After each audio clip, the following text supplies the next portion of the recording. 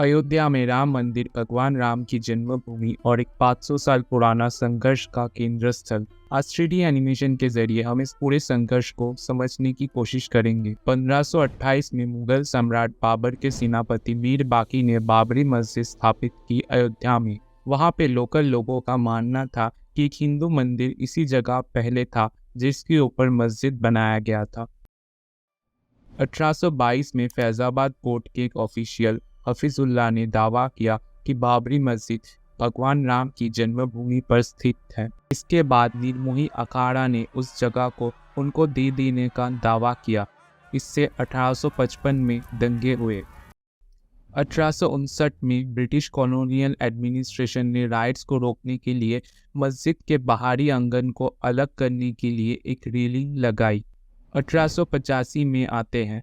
महंत Raghubar Das Allahabad high court में एक मुकदमा दर्ज किए। उन्होंने राम चबूतरा के ऊपर एक मंदिर निर्माण करने की अनुमति मांगी जो विवादित साइट के बाहरी आंगन में स्थित था, लेकिन दंगे की संभावना के कारण फैजाबाद कोर्ट ने उन्हें अनुमति से इनकार कर दिया। फिर इंडिपेंडेंस के बाद 23 दिसंबर 1949 को एक इम्पॉर्टेंट इंसिडेंट हुआ। मस्जिद के अंदर भगवान राम की मूर्ति मिली। इसके बाद वहां उनकी पूजा आरंभ हुई। शांति बनाए रखने के लिए सरकार ने सबका मस्जिद के अंदर प्रवेश पर प्रतिबंध लगा दिया। 1986 में फैजाबाद कोर्ट ने हिंदुओं को इस जगह पर पूजा करने की अनुमति दी।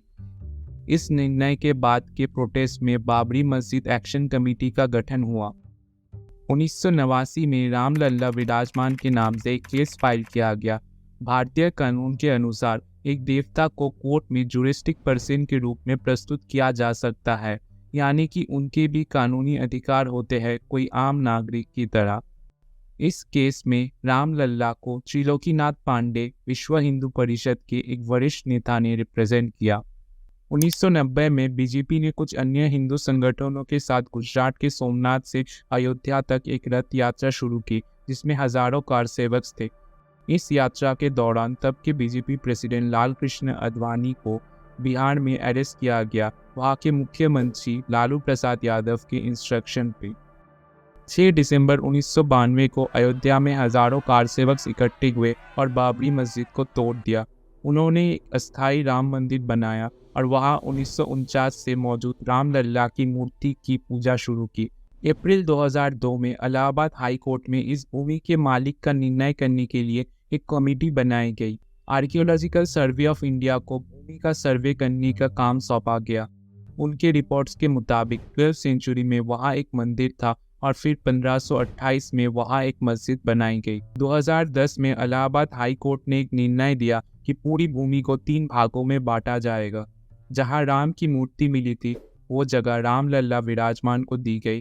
सीता रसोई भंडारा राम चबूतरा को निर्मोही अखाड़ा को दिया गया और बाकी का हिस्सा सुन्नी वक्फ बोर्ड को दिया गया।